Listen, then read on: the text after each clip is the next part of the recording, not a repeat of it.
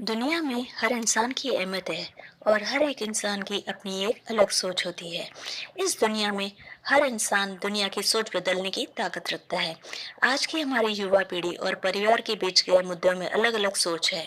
हमारी आज की कहानी इसी सोच के एक पहलू को बयां करती है। आइए इस कहानी को सुनते हैं। ननद या छोटी बहन। शीना परिवार की लाडली बिटिया या फिर यूं कहें कि परिवार की आन बान और शान थी। जब घर में होती तो ऐसा लगता मानो घर में आसमान टूट पड़ा हो। घर में इधर उधर दमा चौकड़ी करना और खूब सारे बातें करना उसके पसंदीदा कामों में से एक था।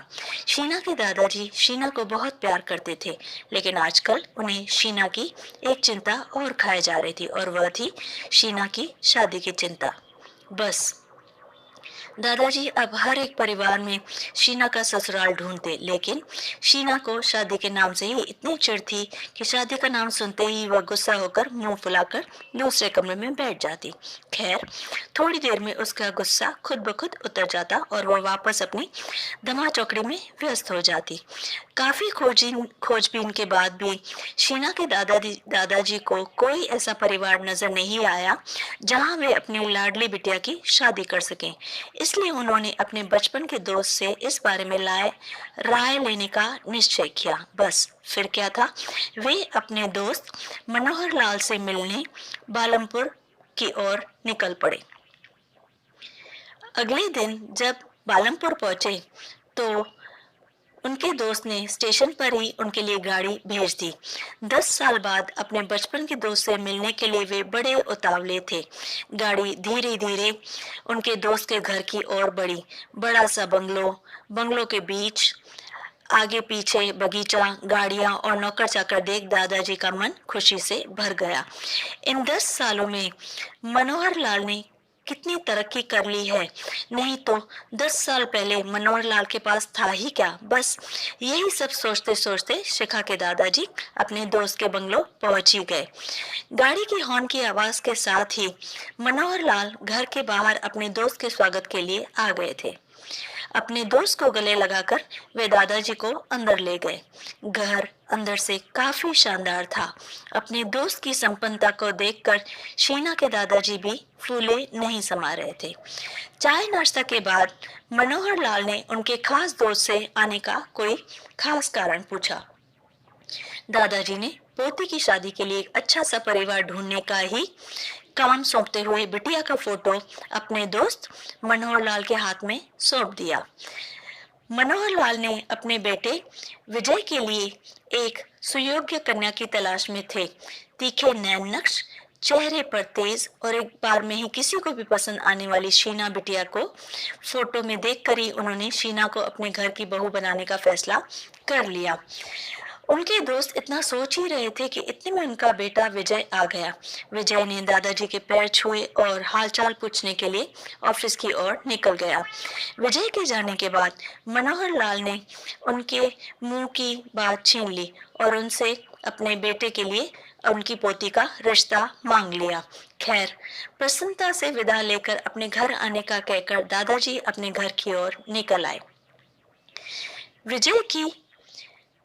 विजय को शिखा बहुत पसंद थी, लेकिन विजय की माँ विजय की शादी अपने से बड़े घर में करना चाहती थी।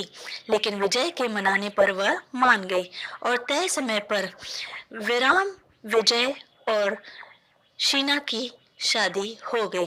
ससुराल में शीना के सास ससुर, विजय के बड़े भैया भाभी और शीना की उम्र की एक ननद थी, राघो।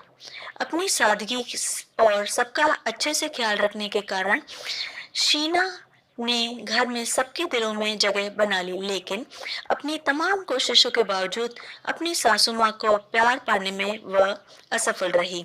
वह शीना के हर काम में कुछ न कुछ गलती निकाल ही देती थी। अपनी शादी की रात को ही विजय ने शीना से साफ साफ कह दिया था कि घर में किसी भी मामले में मैं बिल्कुल नहीं बोलूंगा। ना तो मैं किसी बात पर माँ से बहस करूंगा और ना ही तुम्हारा साथ दूंगा। तुम अपनी समझदारी से ही काम लेना होगा। लेकिन शीना की लाख कोशिशों के बावजूद भी सासू माँ के व्यवहार में कोई परिवर्तन नहीं आ रहा था। शीना की ननद जरूर उसकी माँ से शीना भाभी के प्रति इस तरह के व्यवहार पर उलझ जाती, लेकिन इससे भी केवल बात बढ़ने के अलावा कुछ नहीं होता। इसी तरह करीब 1 साल निकल गया। शीना और विजय को जुड़वा बेटियां हुई। इस समय शीना के लिए अग्नि परीक्षा का समय था। शीना का दर्द शीना के लिए आंसू बन गया था। ससुराल में शीना को संभालने वाला कोई नहीं था और विजय और उनके पापा ने शीना को अपने मायके भेजने के लिए भी मना कर दिया था। एक दिन राघव कॉलेज से आई तो उसने सभी को कॉलेज के सालाना कार्यक्रम में आने के लिए कहा और यह भी कहा कि कॉलेज में उसकी भी दो थी प्रस्तुतियां हैं, इसके लिए आप सभी को चलना बहुत जरूरी है। खैर, ना चाहते हुए भी शीना को अपनी दोनों जुड़वा बेटियों के साथ उस दिन कॉलेज के लिए जाना पड़ा।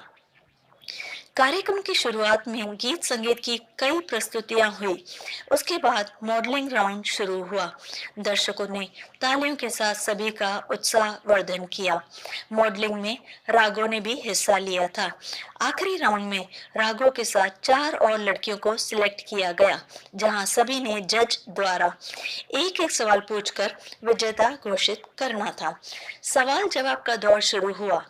इसी कड़ी में जज साहिबा ने राघव से सवाल पूछा, अगर घर में तुम्हारी माँ और भाभी में से किसी एक का साथ देना हो तो तुम किसका साथ दोगी? पूरे सदन में खामोशी छाई थी। तभी राघव के जवाब की प्रतीक्षा कर रहे थे। तभी राघव ने थोड़ा आगे बढ़कर कहा, अगर भाभी सही हो तो अपने भाभी का। जज साहिबा ने पूछा, क्यों? राघव ने जवाब दिया, क्योंकि मुझे भी कल किसी की भाभी बनना है। जवाब सुनते ही पूरे सदन में तालियां गूंज उठी। सभी राघव की सोच और उसके सटीक जवाब की प्रशंसा कर रहे थे। राघव को विजेता घोषित किया गया। पुरस्कार लेने से पहले राघव ने सभी से कुछ कहने के लिए माइक थामते हुए कहा, हर बेटी अपनी माँ से बहुत प्यार करती है और भाभी भी किस किसी न किसी की बेटी होती है और माँ भी अपनी बेटी के दिल के सबसे करीब होती है। इसी तरह हमारे घर की बहुएं भी तो किसी की बेटियां हैं। आज हम किसी की बेटियां हैं, कल से किसी की भाभियां और बहुएं बनेंगी।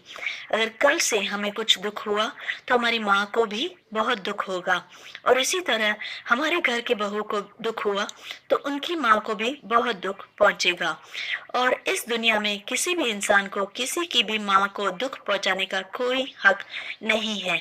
इसलिए हर सास अपनी बहू को अपनी बेटी समझे तो आगे चलकर उनकी बेटी भी खुश रहेगी। राघव के इतना कहते ही पूरा सदन एक बार फिर तालियों की गड़गड़ा